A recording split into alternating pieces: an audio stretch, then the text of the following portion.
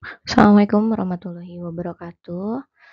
Pada pertemuan kali ini Miss akan menjelaskan materi baru yaitu tentang laju reaksi. Ya, tujuan pembelajaran kita pada materi kali ini adalah, setelah pembelajaran diharapkan kalian mampu untuk menjelaskan konsep laju reaksi, menjelaskan teori tumbukan, dan menganalisis faktor-faktor yang memengaruhi laju reaksi. Oke, kita akan membahas tentang konsep laju reaksi. Tapi sebelum membahas konsep laju reaksi, kalian perhatikan dulu gambar ini ya. Nah, ini kalian pasti tahu ini gambar pengkaratan pada rantai besi. Kemudian, ini adalah reaksi pembakaran kayu yang sering kalian lihat, mungkin di rumah kalian juga ada, atau di sekitar kalian, kalian pernah melihat hal ini. Dan gambar terakhir ini adalah contoh dari reaksi pembakaran. Jadi baik reaksi pengaratan, pembakaran dan juga pembusukan itu adalah reaksi kimia, ya. Reaksi kimia yang berlangsung dengan waktu yang berbeda-beda. Pengaratan mungkin akan jauh lebih lama dibanding dengan pembakaran dan pembusukan, ya. Nah, itu berkaitan dengan laju reaksi. Jadi, laju reaksi didefinisikan sebagai bertambahnya konsentrasi suatu produk atau berkurangnya konsentrasi reaksi dalam suatu reaksi kimia tiap satuan waktunya.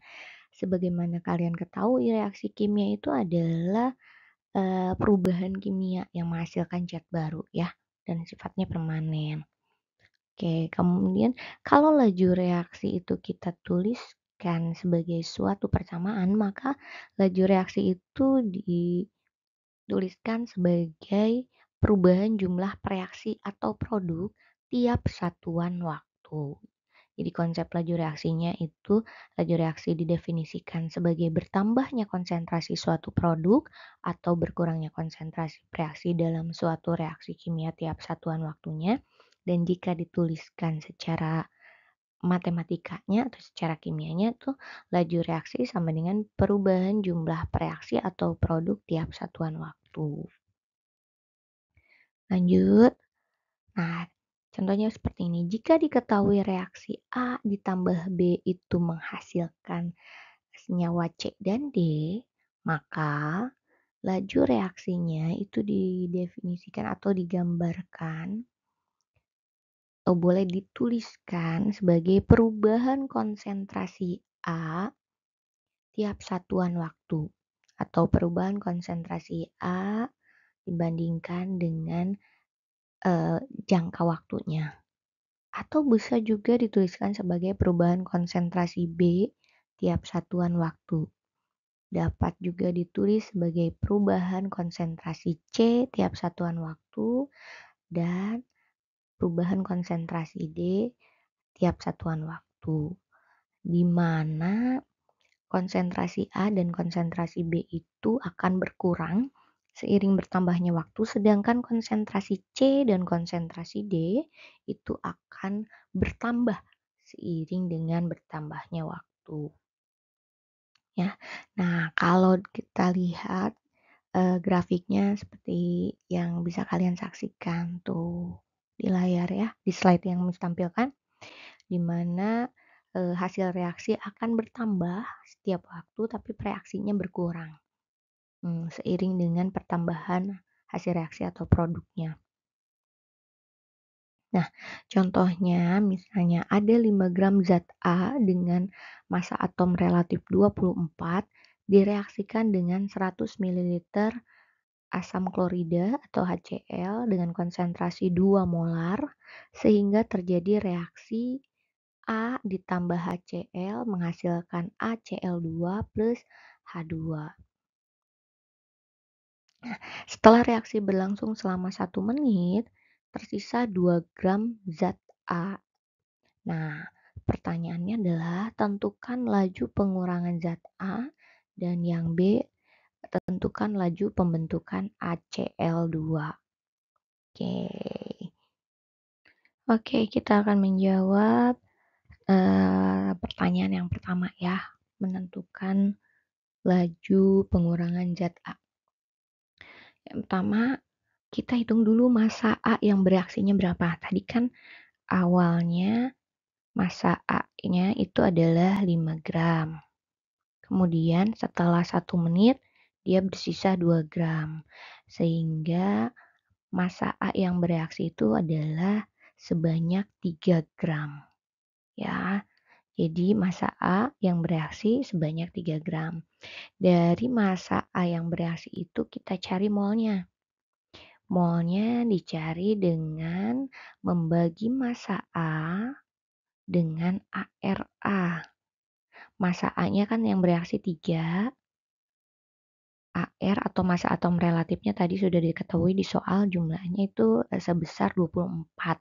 Sehingga hasil baginya adalah 0,125 mol. Jadi mol A-nya itu adalah 0,125 mol. Dari mol kita cari molaritas zat A-nya. Molaritas zat A itu dicari dengan rumus mol A dibagi dengan volume larutan. Ya, mol A-nya tadi sudah dicari hasilnya 0,125. Kemudian volume larutannya ini 0,1 liter. Dari mana 0,1 liter? Itu dari soal yang menyebutkan 100 ml HCl. 100 ml itu kalau kita jadikan liter itu hasilnya adalah 0,1 liter. Sehingga hasil pembagian 0,125 mol dibagi 0,1 itu hasilnya adalah 1,25 mol per liter atau boleh disebut sebagai 1,25 molar. M ini molar ya, emang besar ini molar. Nah, kemudian kita hitung laju pengurangannya. Laju pengurangannya adalah molaritas A, ya, molaritas A yang bereaksi dibagi dengan waktu reaksi. Molaritas A yang bereaksi kan sebesar 1,25 molar. 1,25 molar, kemudian dibagi dengan 60 detik. Hasilnya adalah 2,1 kali 10 pangkat min 2. Jadi laju pengurangan A-nya itu adalah 2,1 kali 10 pangkat min 2. Ya, kita jawab pertanyaan selanjutnya yang B, yaitu menentukan laju pembentukan ACl2. Dari soal yang pertama, yang bagian A, kita ketahui bahwa mol A yang bereaksi itu sebanyak 0,125 mol. Kemudian mol HCl-nya kita tentukan dengan menghitung atau mengalihkan volume HCl dengan konsentrasinya, sehingga didapat hasilnya adalah 0,2 mol. Nah, persamaan reaksi yang terjadi kita tuliskan dulu. A ditambah 2 HCl menghasilkan ACl2 ditambah H2. Nah, perbandingan koefisien zat-zat yang bereaksi dan yang dihasilkan itu adalah nilai 1 berbanding 2 berbanding 1 berbanding 1. Nah, jumlah mol zat awal dari A itu adalah 0,125 mol, kemudian yang HCl 0,2 mol. Jumlah mol zat awal tidak ada untuk HCl2 dan H2 karena belum diproduksi ya, karena pada awal belum direaksikan. Nah, kemudian kita hitung jumlah mol yang bereaksi. Jumlah mol yang bereaksi itu kita lihat dulu nih yang menjadi reaksi pembatasnya mana. Bagaimana cara mendapatkan reaksi pembatas? Kita lihat nih. Ini mol A, kita bagi dengan koefisien A-nya. Hasilnya adalah 0,125 nih. Nah, lakukan hal yang sama untuk HCl. 0,2 dibagi dengan 2. Hasilnya adalah 0,1. Hasil bagi mol HCl itu lebih kecil dibanding dengan hasil bagi mol dari A. Sehingga HCl ini dikatakan sebagai reaksi pembatas atau reaksi yang habis duluan nih. Reaksinya habis. Sehingga A yang habis bereaksi itu sebanyak 0,1 mol. Dari mana 0,1 mol? 0,1 mol itu diambil dari 1/2 dikali dengan 0,2. Hasilnya adalah 0,1.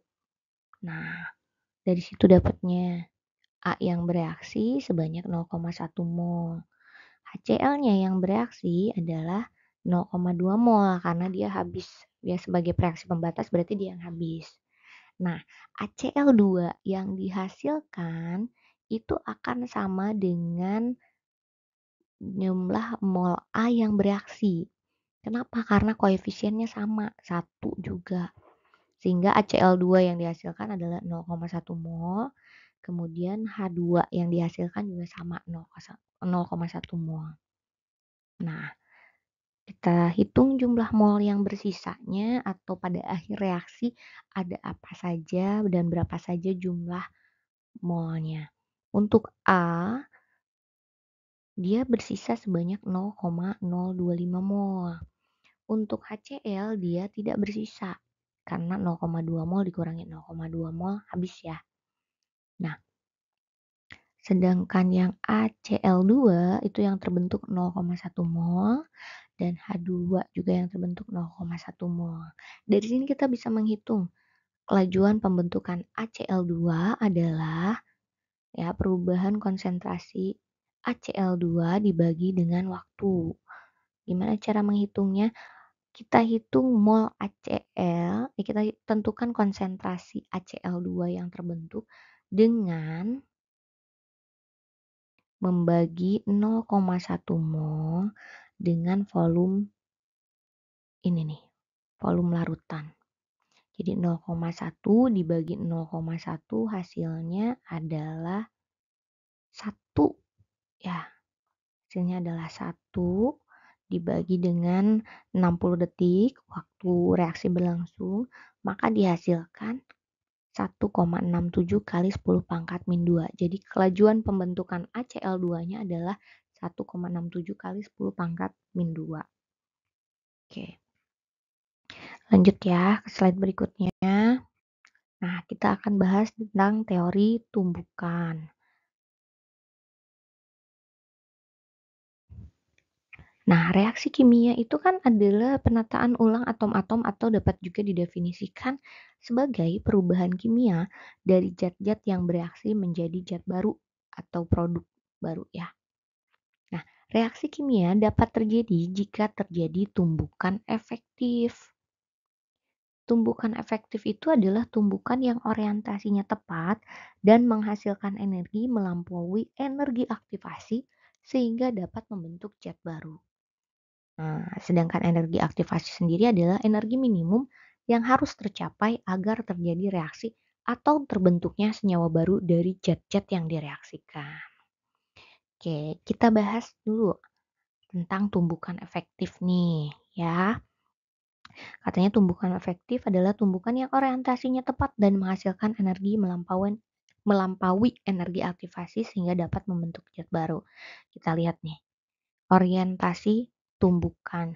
Jadi kan kalau untuk bereaksi itu orientasi atau arah tumbukannya harus betul. Contohnya seperti ini. Punya zat A akan direaksikan dengan zat B. Ini seperti ini ya orientasinya, arahnya. A-nya mendatar, B-nya dia horizontal, A-nya vertikal, B-nya horizontal.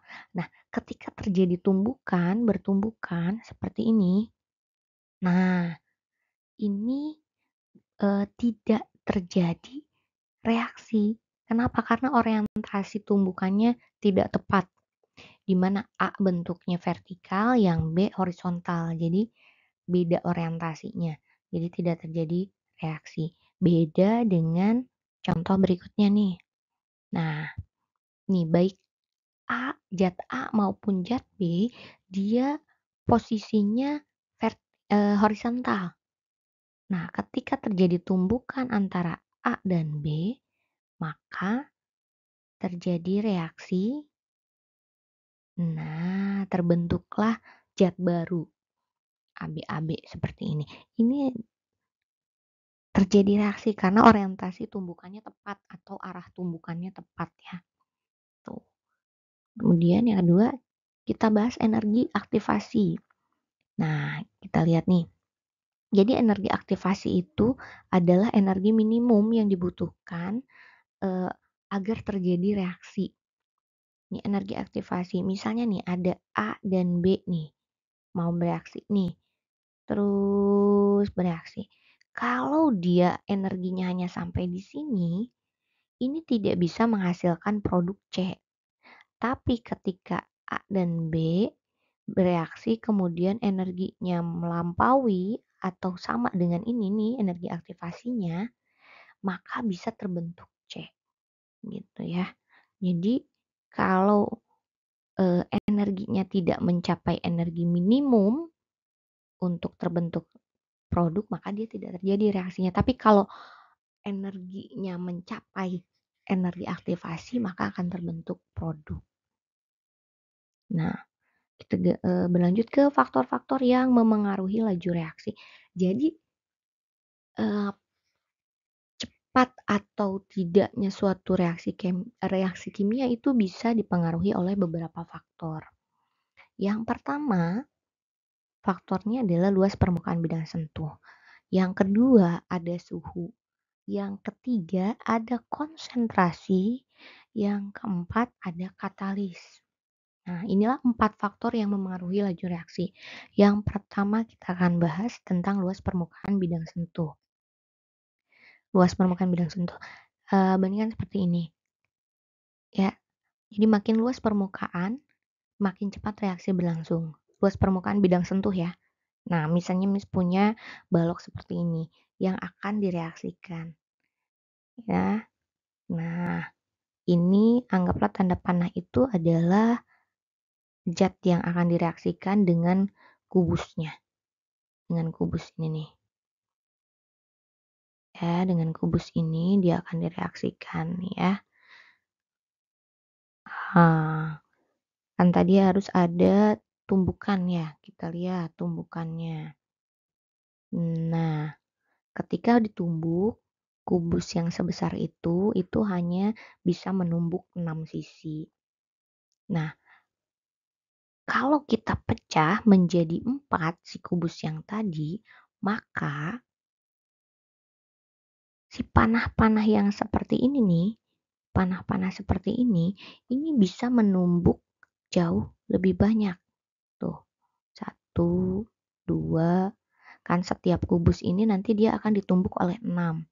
Kemudian kita kalikan 4 berarti ada 24 tumbukan yang terjadi ya terhadap 4 kubus yang kecil-kecil ini.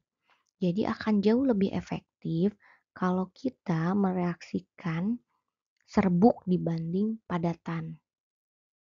Itu reaksinya akan jauh lebih cepat. Sama saja seperti kalian gini nih, ketika kalian melarutkan gula, ya akan lebih cepat mana?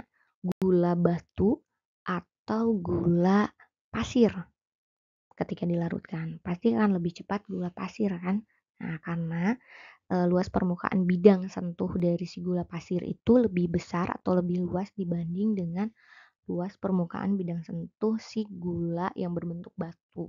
Itu bongkahan batu yang besar ya. Oke, lanjut ke suhu. Faktor yang memengaruhi laju reaksi salah satunya suhu ya. Makin tinggi suhu maka makin cepat reaksi berlangsung. Contohnya seperti ini. Pada suhu normal, nah misalnya di suatu bejana ada zat A dan zat B. Ketika pada suhu normal, maka dia pergerakannya akan seperti ini. Nah, tumbukan bisa terjadi, tumbukan efektif bisa terjadi, tapi prosesnya agak lama karena pergerakan si partikelnya tidak terlalu cepat. Beda kalau suhunya kita tingkatkan. Ya. Nah, pergerakan partikel akan jauh lebih cepat. Sehingga tumbukan efektif itu bisa berlangsung lebih cepat.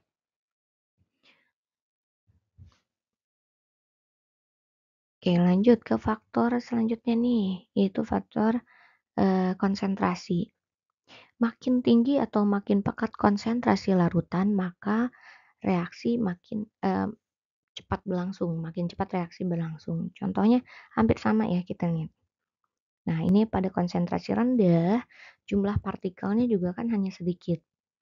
Sehingga, kalaupun terjadi pergerakan, itu karena pergerakannya bebas, jadi tumbukannya, terjadi tidak terlalu cepat. Nah, sehingga laju reaksinya berlangsung tidak terlalu cepat. Nah, beda kalau konsentrasinya tinggi. Kalau makin padat partikel yang ada di situ, kemungkinan untuk terjadinya tumbukan kan jauh lebih cepat atau lebih banyak. Nah, sehingga menyebabkan reaksi berlangsung lebih cepat. Jadi makin tinggi atau makin pekat konsentrasi larutan, maka makin cepat reaksi berlangsung. Oke, kita bahas faktor yang memengaruhi laju reaksi yang terakhir yaitu katalis. Katalis itu adalah zat yang ditambahkan ke dalam suatu reaksi yang membentuk senyawa antara terlebih dahulu untuk mempercepat reaksi karena energi aktivasi menjadi lebih rendah dari seharusnya. Nah, pada akhir reaksi, katalis ini dihasilkan kembali setelah terbentuk senyawa baru. Ada beberapa buku yang menyatakan bahwa katalis adalah zat yang ditambahkan ke dalam suatu reaksi untuk menurunkan energi aktivasi. Tapi sebetulnya itu tidak menurunkan energi aktivasi ya. Jadi katalis itu memberikan jalur jalur alternatif untuk bereaksi sehingga energi aktivasinya lebih rendah dan menyebabkan reaksi lebih cepat terjadi. Oke, kita lihat ya penggunaan katalis itu perbedaan reaksi yang menggunakan katalis dengan reaksi yang tidak menggunakan katalis. Kita lihat dulu reaksi yang tidak menggunakan katalis. Ketika zat A bereaksi dengan zat B, ya, kemudian menghasilkan zat C atau senyawa baru ya, yang C, maka kita lihat nih grafiknya seperti ini, energi aktivasinya setinggi ini.